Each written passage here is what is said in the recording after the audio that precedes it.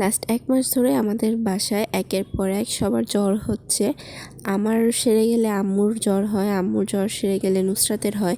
এভাবে করেই জ্বর হচ্ছে। আমার ঠান্ডাটা এখনও সেরে পারেনি। তার মধ্যে আম্মুর আবার ঠান্ডা লাগছে, জ্বর আসছে, যার জন্য আম্মু দুপুরে রান্নাটা করতে পারবে না। আর আজকে রান্নার দায়িত্বটা আমার ঘাড়ে পড়ছে। আর যেহেতু আমার শরীরটাও তেমন ভালো না, যার জন্য ভাবলাম একদম অল্প কিছুর মধ্যে রান্না করি, একেবারে ফাঁকি ঝুঁকিও বলা যায়। জ্বর হওয়ার পর থেকে আমরা কেউই কিছু খেতে পারছি না, মুখে ভালো লাগছে না। তাই ভাবলাম যে ডাল রান্না করি এবং আলু ভর্তা আর ডিম। হয়তো এটা খেতে একটু ভালো লাগবে, কারণ ডালে একটু ধনেপাতা থাকলে, আর এমনিও ডালটা সবসময় মুখে, আমার কাছে মনে হয় আমার মুখের রুচিটা আর কি বাড়ায়। ডালটা ভালো করে ধুয়ে সিদ্ধ করে ঠান্ডা করে ম্যাশ করে নিয়ে ওটাকে একটু জ্বালায় নিচ্ছি। এবার ওটা দেবো তেলে দিলেই ব্যাস আমার ডাল রান্না হয়ে গেল। এবং অন্যদিকে আমি ডিম আর আলু একসাথে সিদ্ধ করার জন্য বসাই দিছিলাম।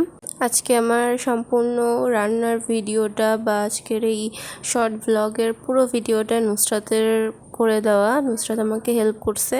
ওর হেল্প ছাড়া আমার এভাবে সম্পূর্ণ রান্নাটার ক্লিপ নেওয়া বা রান্না প্লাস ভিডিও করা আমার জন্য পসিবল হতো না।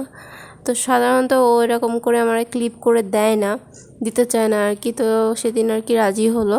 বাসায় ছোট বোন থাকলে বা যারা নিজেরা এরকম ক্লিপ করতে পারেন না, তাদের কার কার এরকম ছোট বোনের হেল্প লাগে অবশ্যই কমেন্ট করে জানাবেন। আর আজকে আমার রান্নায় ফাঁকি ঝুঁকি রেসিপিগুলো কার কার ফেভারিট। আমার কিন্তু ভীষণ ফেভারিট ডাল, ডিম, আলু ভর্তা, এগুলো হলে আমার কিছু লাগে না। তো কার কার ফেভারিট অবশ্যই জানাবেন। আর যেহেতু বাসায় আমরা মাত্র 3 জন মানুষ, বাবা আমাদের সাথে এখন থাকে না, বাবার জবের কারণে গোপালগঞ্জে থাকে। তো বাসায় 3 জন মানুষের রান্না বান্না একদমই সিম্পল, অল্প স্বল্প। কিন্তু আমার তো অল্প রান্না করে অভ্যাস না, আমি সবসময় রান্নালে বেশি বেশি রান্না হয় আমার, যার জন্য সেভাবে অল্প রান্না করতে গেলেও দেখা যায় বেশি রান্না পড়ে যায়। তো এই সব কিছুই কিন্তু অল্প অল্প করে করা। 3টা ডিম, 3 জনের মতো আলু, ডাল। মাঝে মাঝে যখন আমার ভর্তা খেতে ইচ্ছা করে, হুটহাট করে যখন আমি যে কোনো টাইপের ভর্তা করতে যাই, তো সবসময় এই কাজটা হয়। যে কোনো টাইপের ভর্তা আমি করতে গেলে দেখা যায় তেলটা শেষ হয়ে যায়, এবং এই যে তেল ছিল না। তো নুসরাত আমার আইডিয়া দিল যে যেটুকু আছে সেটুকু তেল দিয়ে দে, আর বাকিটা তুই ঘি দিয়ে দে। তো আমি ওর কথা মতো সেটাই করলাম। যেটুক সরিষার তেল ছিল আমি সেটুক দিয়ে দিলাম, আর বাকিটা আমি ঘি দিয়ে মেখে ফেললাম। আমি ঘি দিয়ে মাখায় নেওয়ার পরে 3টা গোল্লা করে ফেলছিলাম।